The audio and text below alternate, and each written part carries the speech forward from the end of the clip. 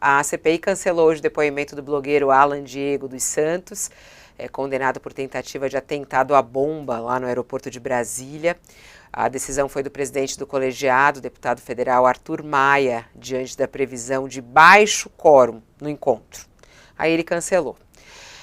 O blogueiro seria o terceiro envolvido no episódio a ser ouvido na CPI, que já colheu os depoimentos do empresário George Washington e também do blogueiro Wellington Macedo. E a gente está, daqui a pouquinho a gente tem a participação do Felipe Pereira, diretamente lá da CPI, mas antes a Juliana também tem bastidores da CPI, de como a CPI está indo para os seus últimos dias, né, Juliana? Tem a previsão de acabar dia 17 de outubro. Ontem a gente até estava ouvindo aqui a deputada federal, Duda Salabert, e ela falava o seguinte, que está muito decepcionada com o final da CPI. Ela falou, estou saindo frustrada dessa CPI, foi o que ela nos disse ontem aqui. O que você tem de informação aí sobre a reta final da CPI do 8 de janeiro?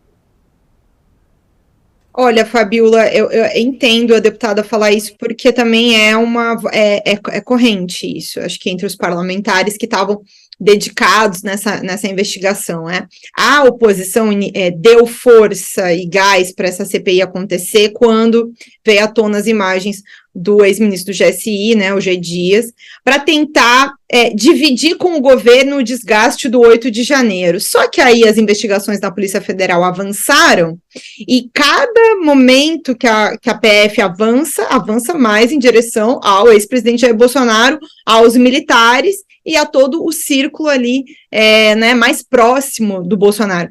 E aí isso começa a desgastar ainda mais o bolsonarismo. E por causa disso que hoje o governo não quer muito investir e a oposição também não. Então, por exemplo, hoje tinham alguns requerimentos para serem votados, por exemplo, tinha requerimento para votar para quebrar sigilo de dados financeiros do Bolsonaro e da Michelle, isso também não vai à votação.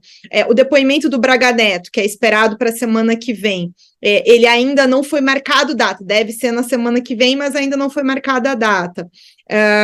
Eu também estava aqui com o Mauro Cid, foi aprovado, mas ainda não foi marcada a data. Por exemplo, a CPI tende a acabar sem que a gente saiba em detalhes o que é que foi que o Mauro Cid, o ex-ajudante de ordens, que está falando especificamente sobre a tentativa de golpe, a CPI tende a acabar sem a gente saber os detalhes da delação do Cid, porque a Polícia Federal tem isso sob sigilo e não vai, né, divulgar antes, enfim, do ministro do Alexandre de Moraes levantar sigilo, oferecer denúncia. Acho que, né, até tem toda a mudança na Procuradoria-Geral da República que depende disso, porque a PF sozinha não pode oferecer a denúncia. Então, a CPI está caminhando para um fim bastante incompleto, né? Ela vai terminar sem ter acesso a dados extremamente importantes que mostram como é que se tentou planejar um golpe de Estado no Brasil em 8 de janeiro.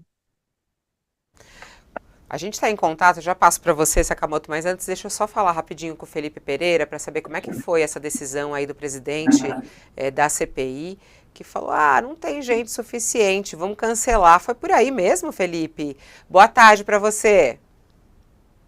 Boa tarde, Fabíola, boa tarde a todos. Foi por aí, não haveria, digamos, interesse em que as pessoas participassem, e também houve uma avaliação que trataria-se daquele episódio da bomba colocada na véspera do Natal em um caminhão perto do aeroporto, e que esse assunto já foi muito debatido. E isso que a Juliana falava faz todo sentido, porque a semana, o depoimento do general Heleno foi gerou tanto atrito entre os integrantes da CPI que não existe mais condição de novos requerimentos sejam votados. Requerimentos são pedidos para quebra de sigilos, para pessoas serem convocadas, só que não existe mais clima.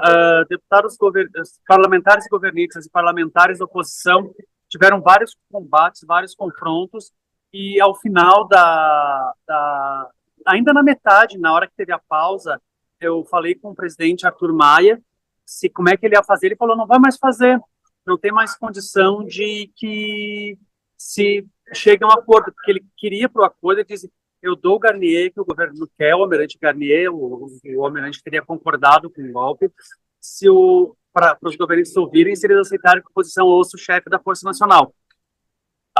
Os governistas não querem. Eu conversei com um deputado governista bastante influente, um daqueles que decidem como é que vai ser a atuação, e ele disse que não, que eles já estão como os trabalhos da CPI tiverem sido fechados e que não tem mais nada para ver. A avaliação, que eles não falam isso às claras, é lógico, mas é que eles estão ganhando por 1-0, eles podem tentar o 7-1 com o Garnier, mas eles correm o risco de também, quando vier o pessoal da Força Nacional, que a oposição vai usar para a narrativa deles, ceder um empate. Então eles querem fechar, tipo, jogar fechado para garantir o que tem, e é isso, não tocar mais no assunto. E a reta final, né? Quando que termina exatamente? Qual é o futuro dessa CPI, hein, Felipe? A CPI deve ser lido o relatório no dia 17. A relatora, a senadora Elisiane Gama, ela já tem traçado o que ela quer, mas tem uma dúvida se ela vai fazer um relatório em ordem cronológica, mostrando desde o resultado da eleição no segundo turno até 8 de janeiro, ou se ela vai fazer já direto no 8 de janeiro, colocando o que ela tem de mais forte ali, e depois fazendo contextualizações para explicar como se chegou até ali. O que a gente tem de depoimentos. O CID tem requerimento aprovado, é uma tentativa, há uma intenção de chamá-lo. O ex-ministro da Defesa, da Casa Civil e candidato a vice do Bolsonaro, o general Braga Neto, também deve ser chamado. Havia uma data meio que acordada, de 5 de outubro, mas agora não se sabe como é que vai ser.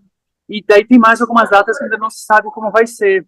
Mas há esse cronograma mais ou menos acertado, há uma linha de relatório para se definir como é que vai ser, e dia 17 deve ser lido o relatório, pelo menos é o que está no cronograma. Tá certo, então, Felipe. Obrigada pela sua participação. Um bom trabalho para você aí em Brasília. Até. Até.